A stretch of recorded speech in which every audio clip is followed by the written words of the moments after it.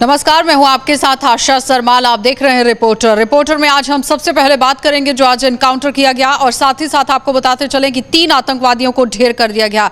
इसी पर ज्यादा जानकारी भी लेंगे, लेकिन आप देखिए कि किस तरह से आज बड़ी सफलता सुरक्षा बलों को हाथ लगती हुई नजर आई है। इससे पहले भी कई बार आतंकियों ने यहां सुरक्षा बलों को निशाना बनाने की कोशिश की है, लेकिन लगातार आप देखिए कि किस तरह से एक कामयाबी जो है वो यहां पर हाथ लगती हुई नजर आ रही है। आईजीपी ने भी पूरी तरह से बात कह दी है कि अलर्ट पर रखा गया है सुरक्षा व्यवस्था को और पूरी तरह से काम जो है वो कश्मीर घाटी के अंदर करने की कोशिश की जा रही है। लेकिन उससे पहले आप देखिए कि फिदा हुसैन किस तरह से रिपोर्ट कर रहे हैं, क्या कुछ जानकारी दे रहे हैं, देख लीजिए। तो वहां पर जिस तरह से जो मिलत है मौजूद है, तो उसके बाद दोनों तरफ से आवाज सुनाई दी गई और इसमें अभी हमारे पास खबर है वो 3 मिलिटेंट मारे जाने की हमारे पास आ रही है। हालांकि पहले ये बताया जा रहा है कि 4 मिलिटेंट अभी जारी है। आशा, फिदा किस आतंकी तंजीम से ताल्लुक रखते थे, वो जानकारी सामने आ पाई है? देखिए, अभी संगठन के बारे में यही कहा है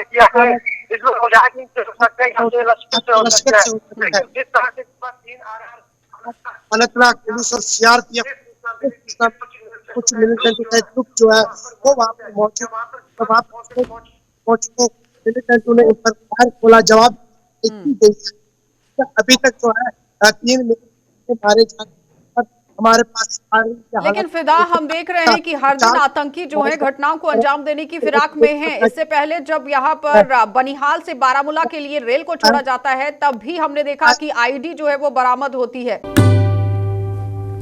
चलिए अब आपको कश्मीर लिए चलते हैं। सनम एजाज हमारे साथ जुड़ रहे हैं और लगातार आपको बताते चले कि एक अहम यहाँ पर बात जो है वो निकलकर सामने आई है, जिसमें बताया गया है कि पीएम का दौरा बहुत ही जल्द जम्मू कश्मीर केंद्र शासित प्रदेश के अंदर हो सकता है और बड़ी बड़ी घोषणाएं जो है वो देखने को मिल सकती हैं। कुछ टनल्स का भी निर्माण हो रहा है, उसी को मद्देनजर रखते हुए यहाँ पर क्या कुछ घोषणाएं हो सकती हैं, सनम से अपडेट लेते हैं, देख लीजिए।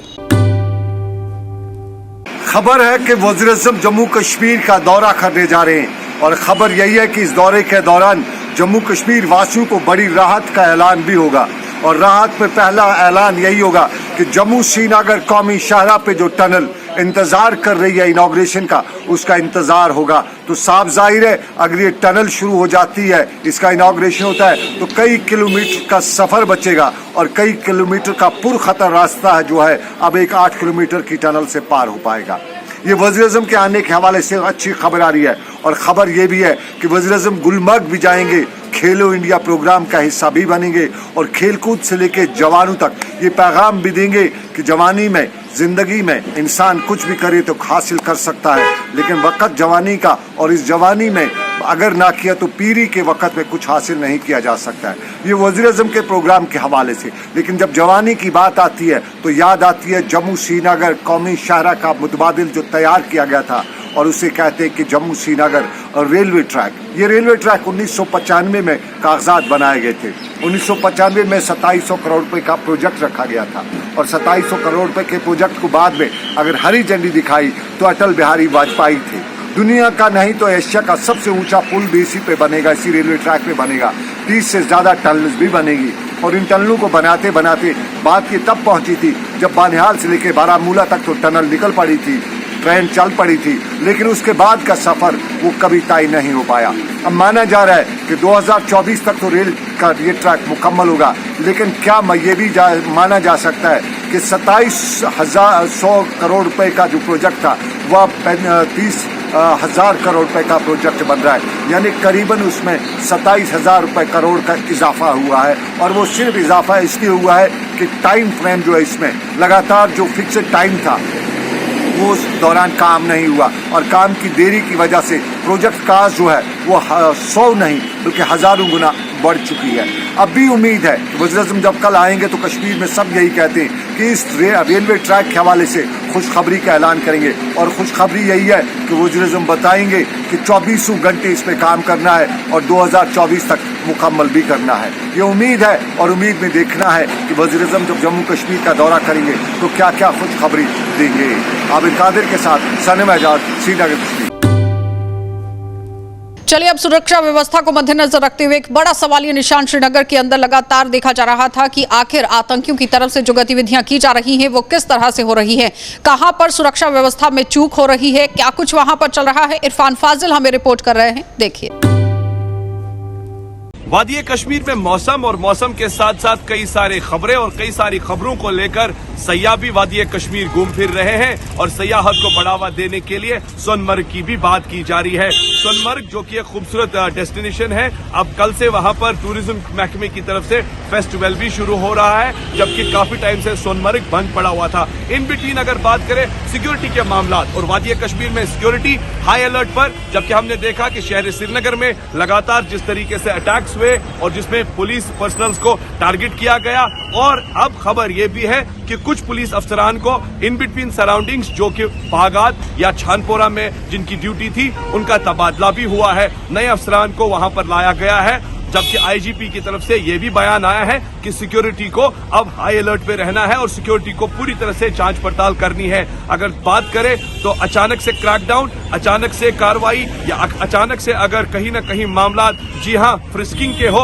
तो जाहिर सी बात है सिक्योरिटी को इस पॉइंट ऑफ व्यू को लेकर रेडी रहना है, ये मानना है आईजीपी पुलिस का। और फिलहाल हमने देखा कि इन बिटवीन आज सुबह यह भी खबर आई अशमुकाम के इलाके अनंतनाग से, जहां पर गोलियों का तबादला शुरू हुआ, जहां पर मिलिटेंट्स की तरफ से अटैक भी किया गया और इस एनकाउंटर को अंजाम देने के लिए 3 आरआर और सीआरपीएफ के पुलिस ने भी इस एनकाउंटर को अंजाम दिया। तो कह सकते हैं कि शहर से लेकर गांव तक सीआरपीएफ के पुलिस ने भी इस एनकाउंटर को अंजाम दिया। तो कह सकते हैं कि शहर से लेकर गांव तक जो एक्टिविटी इस वक्त सिक्योरिटी को लेकर हो रही है या कहीं ना कहीं टारगेट पॉइंट ऑफ व्यू को लेकर बात करें, जो अटैक्स हो रहे हैं, इस सिलसिले को लेकर सिक्योरिटी की तरफ से अलर्ट जारी कर दिया गया है। और इस बीच ये भी बताया गया है कि शहर पर चप्पे चप्पे पर नजर रखी जाए। With video journalist Abid Qadir के साथ सईद इरफान फाजिल, गुलिस्तान न्यूज, श्रीनगर कश्मीर। चलिए अब आपको श्रीनगर लिए चलेंगे और श्रीनगर से भी दिखा देते हैं कि तजमुल किस तरह से हमारे साथ जुड़ रहे हैं और क्या कुछ अपडेट कर रहे हैं, क्या कुछ सूरत हाल चल रहे हैं वहां पर, देख लीजिए। श्रीनगर के बागात बरजला में पुलिस अटैक के बाद लगातार जो है तबादले और तकर्रुरियां अमल में लाई गई। जम्मू कश्मीर पुलिस ने कल शाम को ही जो चौकी ऑफिसर है रंगरेट का, उसका तबादला अमल में लाया गया, उन्हें छानापोरा मुंतकिल किया गया। लेकिन पुलिस स्टेशन सदर में जो एसएचओ थे उन्हें तब्दील करके नए एसएचओ के तैनाती के अहकाम सादिर किए। इसी तरह से रंगरेट के लिए भी नए एसएचओ की तैनाती अमल में लाई गई।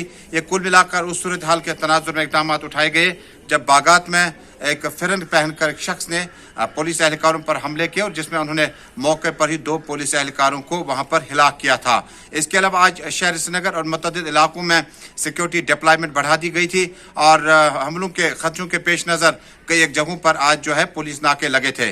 शहर श्रीनगर में सिविल लाइन से निकलकर अगर आपने डाउनटाउन जाना है, उससे पहले बरबरशाह और आसपास के इलाके में आपको खसूसी नाकों से गुजरना होगा। और इसके अलावा कल शाम को हमने देखा लाल चौक के अकब में 90 की दहाई में एक बार फिर तलाशी कार्रवाई, जामा तलाशी, शनाख्ती कार्ड वगैरह चेक किए गए।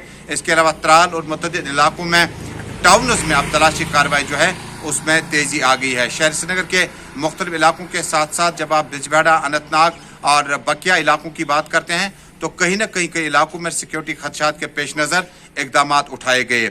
और अब बर्ड फ्लू की बात करते हैं। बर्ड फ्लू को जहां सदरकोट, बांडीपोरा और उसके बाद दक्षिणी कश्मीर के कई इलाकों में कुछ सैंपल्स इकट्ठा करने के बाद कहीं ना कहीं जो कौवे मुर्दे थे, डेड क्रोज जो थे, उनसे जब सैंपल्स इकट्ठे किए गए तो आज ताज़ा खबर है कुपवाड़ा से। कुपवाड़ा में एक गाँव के दौरान जब एनिमल हस्बेंड्री की स्पेशल टीम वहां पर पहुंची थी तो उन्होंने भी वहां पर रेड जोन डिक्लेयर किया, 144 नाफिज किया गया। इस जमन में डिस्ट्रिक्ट मजिस्ट्रेट कुपवाड़ा की इतला है, इमामुद्दीन की उनकी इतला है कि ये इलाका जो है रेड जोन घोषित कर दिया गया और इलाके में फिलहाल लोगों को खाने पीने की चीज़ों में एहतियात बरतना होगा। मौसम बहुत बेहतर है और कुछ दिन पहले सोनम लोट्स महकमे मौसमियात के सरबराह ने कहा था बारिशें बर्फबारी होंगी, लेकिन अब जो साइक्लोन है एन उसी वक्त तब्दीली की तरफ जा रहा है और अब मौसमियात ने यह प्रिडिक्ट किया कि मौसम जो है कभी धूप, कभी छाँव, कभी बारिशें होंगी।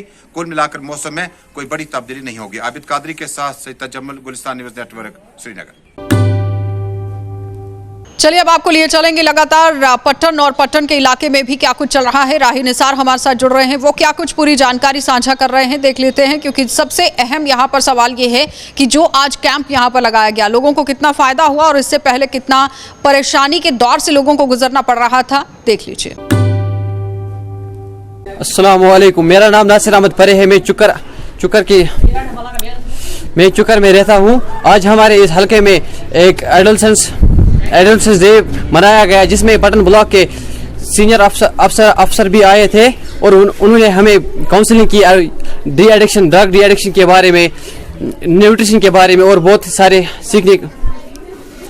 चीज़ें सीखने को मिली। हम चाहते हैं कि हमारे गांव में ऐसे प्रोग्राम हों, आइंदा भी हों और होते रहें। इस्तेमाल नहीं करना चाहिए, न्यूट्रिशन कैसी करनी चाहिए और बहुत सारी चीज़ों के बारे में सिखाया गया हमें। अस्सलाम वालेकुम, मेरा नाम असर अहमद डार है। आज हमारे गांव चुकर में एडोलसेंट हेल्थ डे ऑर्गेनाइज किया गया, जिसमें हमें ये बताया गया कि आज जो ये यूथ हमारा कश्मीर का यूथ है कि आज हार्ट अटैक्स ज़्यादा आ रहे हैं। हम देखते हैं बहुत ज़्यादा हार्ट अटैक्स आ रहे हैं। इसकी मेन काज जो बताई गई वो ये है कि ड्रग एडिक्शन हो रही है और इसके लिए हमें बताया गया कि हमें ड्रग इसमें इन्वॉल्व नहीं होना चाहिए। और हमें बताया गया कि ये जो हमें एडोलसेंट्स के लिए जो फूड है, न्यूट्रिशन, उसको बैलेंस रखना चाहिए। हमें अच्छी गुज़ा खानी चाहिए ताकि हमारी बॉडी में अच्छी मेंटेन रहे। चलिए अब आपको लिए चलेंगे बड़गाम और बड़गाम से भी दिखा देते हैं कि किस तरह से सूरत हाल जो है वो वहां पर बनते हुए नजर आ रहे हैं। अशरफ डार क्या कुछ रिपोर्ट दे रहे हैं, देखिए। मेरे ख्याल से जब से मैं ड्राइव कर रहा हूँ, आई थिंक 10 साल से यहाँ पे मैं फिल कर रहा हूँ अपनी गाड़ी रोज़, क्योंकि नियरेस्ट यही है हमारा फिलिंग स्टेशन, तो यही आता हूँ हर रोज़। ऐसा कुछ नहीं लगा, कभी कुछ नहीं लगा। एक्चुअली हमारी और भी मैं स्कूल चला रहा हूँ, स्कूल बसेस भी, उनकी भी फिलिंग यहाँ से आ रही है। कभी ड्राइवर्स ने भी कभी शिकायत नहीं की, ना मुझे भी कभी नहीं लगा ऐसा। इसमें यह बाप कुछ ट्रांसपोर्ट मतलब बाशिंदे मे गो वारिया टाइम ट्रांसपोर्ट यथ मज बहुत ओवरऑल वत मे 4-5 वरी पंपस पे तेल त्रावान, मगर माशाअल्लाह सेटिस्फाई 110% रूदमित ये पंपस नश यूता पन डायग्नोज एज रिलेटेड बडगमिस सत रिलेटेड कर मुतमैन कि यहद त शुक्र गुजार कि यम त कस्टमरन सत बेहतरीन पंपस पे असल तेल बराबर तेल ना वन तमाम कह प्रॉब्लम 10% ये पन यह कि सोन पम्प परफेक्ट तेल त्रावान। कंस कस्टमरस कुन किस्म शिकायत गसान, अगर कुछ कस्टमरस कुछ जाए कुछ शिकायत सह यीन ब्रोह कुन दिमो सॉल्व कर मा कुन किस्म फॉल्ट। खुदा सवाल दो खुद ये बड़ानी कम गसान कह सह इंसानस तेल बढ़ान ये पन कार साफ पाक आ सान सत कस्टमरस कह फर्क। कुन त साथ कस्टमर हेक चेक कर तमिस कहीं प्रॉब्लम। शिकायत जो हमारे पास आती है, या तो कोई कंप्लेनेंट डायरेक्ट हमारे पास आएगा तो हमारे पास वो कंप्लेंट रजिस्टर करता है, तो कंप्लेनेंट के सामने हमारा रहता है कि अगर वो अपना नाम एनोनिमस रखना चाहते हैं तो हम उनकी कंप्लेंट रजिस्टर करके लेटर ऑन अपना जो हमारा प्रोसीजर है वो फॉलो अप करते हैं। या तो इन केस कंप्लेनेंट खुद इंटरेस्टेड हो कि ये कंप्लेंट उनके सामने उनकी ग्रीवेंस जो है रिड्रेस हो जाए, तो इन दैट केस हम कंप्लेनेंट को अपने साथ ले जाते हैं। ऑन स्पॉट हम जाएंगे पेट्रोल पंप पे, हमारा एक मेजर है स्टैंडर्ड मेजर, तो उसके अगेंस्ट हम उनकी जो भी वॉल्यूम डिलीवरी है वो चेक करते हैं। वॉल्यूम डिलीवरी अगर विद इन परमिसेबल लिमिट जो हमारे है वो निकल जाए तो हम टू द सेटिस्फैक्शन ऑफ जो भी हमारा कंप्लेनेंट है उसको दिखाते हैं कि ये जी ठीक है, आपका जो है कंप्लेनेंट वो जेन्युइन इस वक्त नहीं है। इन केस कंप्लेंट जेन्युइन पाई जाए तो इन दैट केस इमीडिएटली वो जो पेट्रोल पंप होगा, डिस्पेंसिंग यूनिट होगा, उसको सील करते हैं ताकि वो फर्दर डिलीवरी ना कर पाए। केस लॉन्च होता है, चालान केस बुक किया जाता है, तो उसके बाद एक प्रोसीजर हमारा रहता है। एक तो जो उनका केस है वो लीगल उसका जो भी सेटअप है, चाहे उसमें फाइन होगा क्या होगा, वटेवर जो भी प्रोसीजर है वो फॉलो अप होता है। तो मीनवाइल वो जो सील्ड पंप रहता है, जब तक उसमें ठीक वो ना करवाया जाए, कंपनी की तरफ से डिप्यूट होता है उनका मैकेनिक जो देखता है कि जो पेट्रोल पंप है इसमें अगर ये नाकुस कहीं पे है, वो खराबी अगर है वो ठीक करते हैं। तो उसके बाद हमारे इंस्पेक्टर साहिब वहाँ पे जाके एक बार वो भी तो सेटिस्फेक्शन देखते हैं कि डिलीवरी ठीक है। इन केस उनकी डिलीवरी ठीक हो जाती है चलिए अब आपको डोडा लिए चलते हैं। वहां पर एसएसबी की तरफ से एक फ्री मेडिकल कैंप लगाया गया है। इस तरह से आप देखिए कि हमारी सेना जो है वो सामाजिक गतिविधियां भी निभाती हुई नजर आ रही है। क्या कुछ वो सूरत हाल है, वहां पर क्या कुछ चल रहा था, वसीम गट्टू रिपोर्ट कर रहे हैं। हमारा एसएसबी का मोटो है सेवा सुरक्षा बंधुत्व, और अपने मोटो के तहत हम लोग टाइम टू टाइम हर साल कार्यक्रम अपना कराते रहते हैं। और इन कार्यक्रमों का जो मेन मोटिव है वो है कि हम जनता के करीब आए, ताकि जनता के बीच में जो फोर्सेस और कॉमन मैन के बीच में एक गैप है, उस गैप को ख़त्म करें।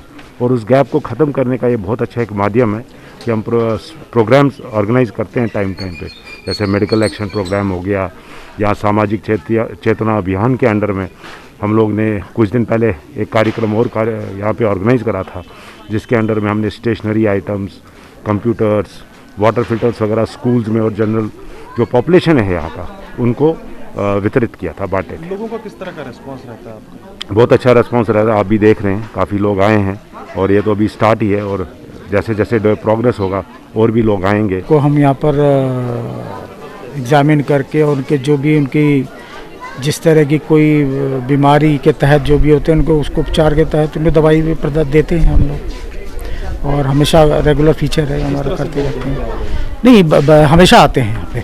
यहाँ के बच्चों में यहाँ कोई समय मतलब इनको जैसे ही पता चल जाता है कि यहाँ पर आज एसएसबी का प्रोग्राम होता है या सिविक एक्शन प्रोग्राम आता है, तो बच्चे बहुत आते हैं यहाँ पर। देखिए काफ़ी सारे गाँव इससे जुड़ते हैं, तो क्या मैसेज होगा आपकी तरफ? हमारी तरफ मैसेज यही होता है कि हम लोग जो सशस्त्र सीमा बल है सेवा सुरक्षा बंधुत्व का मैसेज पहुँचाते हैं गाँव देहात तक, और सुरक्षा के अलावा सिक्योरिटी के अलावा भी सेवा स्वास्थ्य में बीमारी से बचने के, जैसे अभी जैसे आपको पता पूरा विश्व अपना देश में महामारी जो कोरोना के संबंध में जो पैंडेमिक है, तो उसमें हम ये लोगों को अभी अवेयरनेस भी कर, जिस तरह से आप देख रहे हैं कि हमने डिस्टेंस मेंटेन करके 2 गज की दूरी, जिस तरह के प्रधानमंत्री जी का एक था कि 2 गज की दूरी के साथ, और मास्क को हम लोगों ने भी इनको बताते हैं, सैनिटाइजेशन का यूज़ कराते हैं। और बल्कि अब तो फ्रंटलाइन वर्कर, जैसे मैं हेल्थ केयर वर्कर, हमको प्रथम खुराक लग चुकी है, और हमारे जो फ्रंटलाइन वर्कर्स हैं उनको भी प्रथम जो फर्स्ट वैक्सीनेशन हो गया है।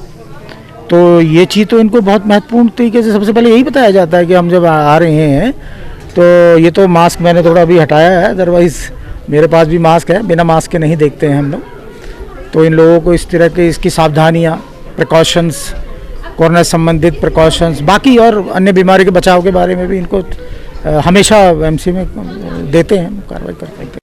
अभी हम मौजूद हैं खलेनी डोडा में, जहाँ पे एसएसबी की तरफ से फ्री मेडिकल कैंप हो रहा है, और काफ़ी सारे इलाकों से लोग आए हैं, अपनी जो यहाँ पे दवाइयाँ फ्री ले रहे हैं और अपना जो चेकअप भी यहाँ पे करवा रहे हैं। कुछ डॉक्टर्स भी यहाँ पे मंगाए गए हैं। मेरे साथ बात करने के लिए जुड़े हैं एसएसबी के कुछ लोग, इनसे बातचीत कर लेते हैं। सर थोड़ा सा बताएं, जो आपने यहाँ पे आज प्रोग्राम रखा है, इसका पूरा मकसद क्या है? मैं आपके माध्यम से बता दूं लोगों को कि यहाँ पे जो है आज ये फ्री कैंप जो लगाया रखा है, ये दूर दराज के जो इलाके हैं, जिसमें काफ़ी गरीब तबके के जो यहाँ के लोग हैं, उनके लिए फ्री ऑफ कॉस्ट जो है हमने ये कैंप लगाया गया है। सर इससे पहले भी आपने एक प्रोग्राम करवाया था, अवेयरनेस करवाई थी, जिसमें आपने राशन बांटा था, काफ़ी सारी चीज़ें दी थी, डेक्सेस दिए थे। हाँ, मैं आपको बता दूं कि इससे पहले भी हमने जो है एक यहाँ पे एक कैंप रखा हुआ था, उसमें भी है कम्युनिटी वेलफेयर के अंतर्गत जो है हमने जो है काफ़ी सारा सामान जो है यहाँ के दूर दराज के इलाकों को बांटा है, जिसमें जो है राशन और काफ़ी तादाद में जो है कोविड-19 का जो है सामान वगैरह, और 16 स्कूलों को हमने जो है डेस्क, बेंच और कंप्यूटर और फोटोस्टेट मशीन इत्यादि वगैरह बांटे गए। कितना फ़ायदा इस कैंप से आम पब्लिक को होगा? फ़ायदा तो यहाँ बहुत है। काफ़ी ऐसे दूर दराज के इलाके हैं जहाँ इंटीरियर इलाके जहाँ कंप्यूटर की फैसिलिटी नहीं है, उन स्कूलों को हमने चुना था, उन स्कूलों को हमने जो है यहाँ पे बेंच और जो है कंप्यूटर वगैरह दिए हैं। आम जनता को हम और रिक्वेस्ट करते हैं कि जितना हो सके दूर दराज के इलाके में और हमारे साथ जुड़ें, ताकि हम यह सभी को अवेयरनेस करें। चलिए, पूरी जानकारी हमें JR भट्ट दे रहे थे। मैं आपको साफ तौर पर बताऊं कि इस तरह के प्रोग्राम ये आए दिन करते आ रहे हैं, क्योंकि हाल ही में इन्होंने एक प्रोग्राम किया था और अलग अलग पंचायतों से लोगों को बुलाया था, यहाँ पे उनको राशन दिया था, स्कूली बच्चों को बैग्स दिए थे, बुक्स दी थी, कंप्यूटर्स दिए थे। तो इनने साफ तौर पर बताया कि इस तरह की अवेयरनेस हम इस इलाके के अंदर करते रहेंगे। आप देखते रहे गुलिस्तान न्यूज़, वसीम गट्टू, डोडा।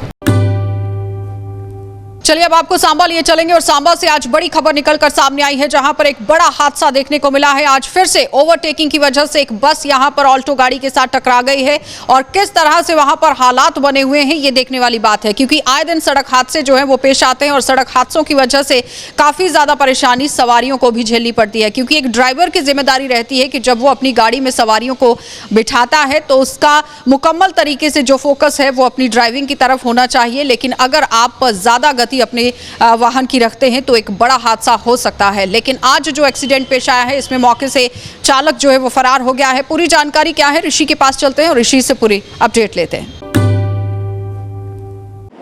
हम इस समय जम्मू पठानकोट राष्ट्रीय राजमार्ग सांबा के प्लामोड़ इलाके में मौजूद है और यहाँ पर एक बड़ा सड़क हादसा पेश आया है।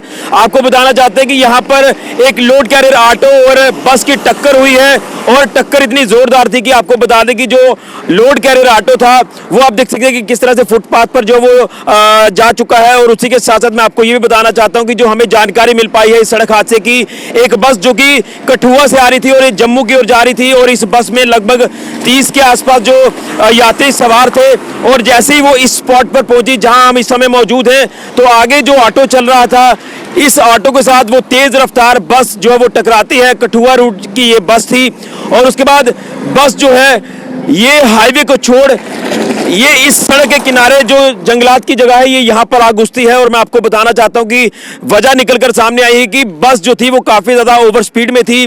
बस का जो ड्राइवर था वो बस से पूरी तरह से अपना नियंत्रण खो बैठा था और वो हाईवे को छोड़ ये जो आप जगह देख रहे हैं ये जगह सड़क का किनारा, ये जंगलात की जगह देखिए, ये जो पोल आप देख रहे हैं ये पोल जो थे इस पूरी जगह को कवर किए हुए थे और जैसे ही बस का ड्राइवर बस से पूरा नियंत्रण खो बैठता है तो इस जाले को तोड़ता हुआ बस ड्राइवर जो था ये बस को यहाँ घुसा देता है। वो मैं आपको बस की पिक्चर्स भी दिखाना चाहता हूँ कि किस तरह से ये सड़क हादसा पेश आया है। आप देख सकते हैं कि साफ तौर पर किस तरह से बस जो है ये अंदर घुस चुकी है झाड़ियों में और कहीं ना कहीं एक बड़ी लापरवाही जो है बस ड्राइवर की सामने आई है, क्योंकि ये भी हमें पता चला कि हादसा होने के बाद बस का जो ड्राइवर था वो मौके से फरार हो चुका है, कंडक्टर मौके से फरार हो चुका है। और जैसे ही ये सड़क हादसा पेश आता है यहाँ पर ट्रैफिक पुलिस और पुलिस मौके पर पहुंचती है और घायलों को यहाँ से इवैक्यूएट कर जिला अस्पताल सांबा में पहुंचाया जाता है।